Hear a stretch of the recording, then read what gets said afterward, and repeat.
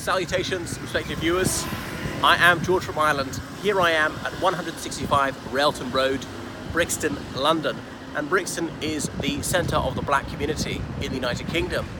And behind me is the house where C.L.R. James lived. So I'm here mainly to talk about him. He was born in Trinidad in 1901. He came from a middle-class family. He went to the Queen's Royal College, one of the most distinguished schools in the island, on which he later taught in. And he quickly gravitated towards radical politics, embracing Marxism and the anti-colonialist cause. But he soon moved abroad. Remember, he was a teenager at the time of the October Revolution, and that left a deep imprint on many of those of a radical bent. So he spent most of his adult life outside of the West Indies, in the United States and here in the United Kingdom. He was very widely travelled. He was in Mexico in the 1930s, mingling with some well-known radicals at the time, Diego Rivera and the artist Frida Kahlo. He met Leon Trotsky. Remember, Trotsky was one of the key figures in the October Revolution, an apostle of Lenin, and Trotsky had been expelled from the Communist Party and later exiled from the Soviet Union by his arch-rival Stalin, and Trotsky fetched up in Mexico. And as I say, C.L.R. James met him shortly before his assassination. It's 1941 that Trotsky was assassinated by a Stalinist agent named Ramon Mercader.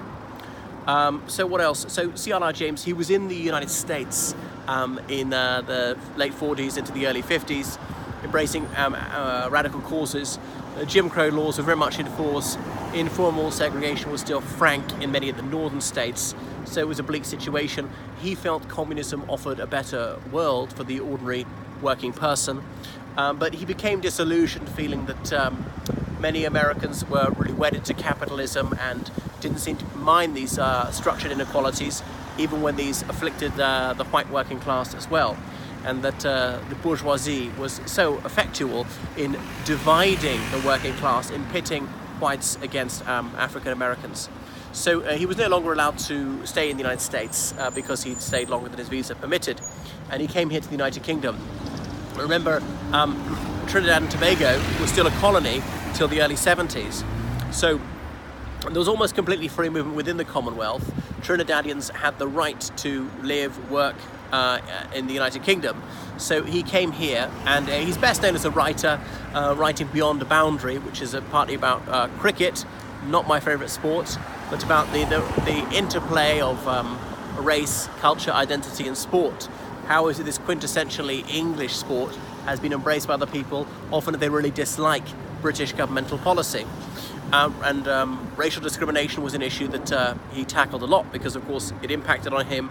He was a dear friend of Leary Constantine, a very distinguished West Indian barrister and cricketer, and notoriously Leary Constantine was refused to stay in a hotel here in London, and it went to court. This was during the Second World War, and the judge said, well, I'm afraid there is no law against racial discrimination.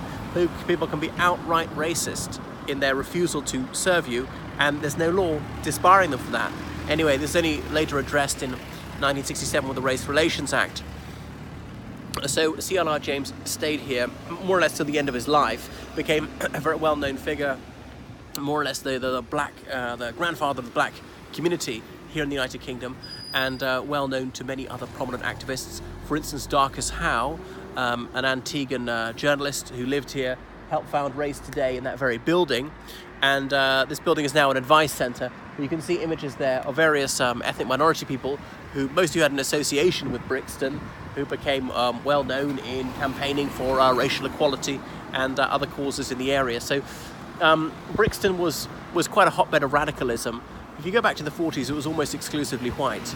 And then obviously 1948, the SS Empire Windrush docked at Tilbury, and 500 men from the Caribbean came here, almost all of them black, and they were housed in Clapham Common in a disused bomb shelter because housing was in very short supply. So many houses had been destroyed in the Second World War. And the nearest labour exchange, that's a job centre, was in Brixton. So they walked there, and this became the centre of the black community in the UK.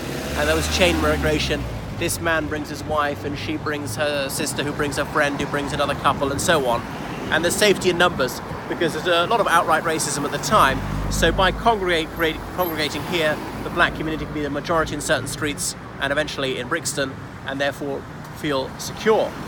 What else? So C.L.R. James, he wrote Black Jacobin about black revolutionaries in the Caribbean in the 1790s, when the ideals of the French Revolution spread there, and Toussaint Louverture, a free black man in Haiti, a French colony. He was a coach driver. He himself even owned slaves, but his master gave him, or his employer gave him, Plato's Republic to read, and that obviously had a very profound influence on him. He ended up leading a successful revolution against slavery, and in 1804 it became the first black nation to cast off the shackles of white servitude. So that was that. C.L.R. James, he's mentioned in Christopher Hitchens' memoirs, who visited him here in this very building shortly before his death in May 1989, though he was later interred in his birthplace, which is Trinidad. So that's a bit about C.L.R. James. From the 70s, certainly this was, as I say, a hive of radical activity. There were many squats, many disused houses around here, and people would just live there. Difficult to get access to electricity and gas. Remember, the Second World War broke out and people were evacuated. Obviously, bits of London were bombed out. It took up to 20 years to repair all the damage. Some people who'd been evacuated never returned, and the population of London peaked in 1939 and fell and fell and fell until the 90s. That's why actually it was very affordable in the 80s, and as I say, there was still quite a lot of squats. People could just live in these derelict houses. The gay community was here. There was a gay, commune and squat around here. So that is Brixton, and it's only about the 1980s when Brixton started to have a black majority, maybe not even all of it, certain areas of Brixton. And then there were the notorious Brixton riots, when the black community felt they'd been harassed by the police for decades under the sus laws, stop and search, on the flimsiest pretext. A young black man, that might be enough to get someone stop and search. Not suggesting all the police were racist, or raiding parties and black families' houses, saying, well, you're probably smoking cannabis, which is sometimes true, although whites did this too, and were much less frequently subject to police raids. So a few days of rioting in the early 1980s, well, April 1981, partly there was very high unemployment, which particularly affected the black community here. C.L.R. James says it was too old to be directly involved in that, and I certainly don't condone rioting. So that is a little bit of Brixton's history.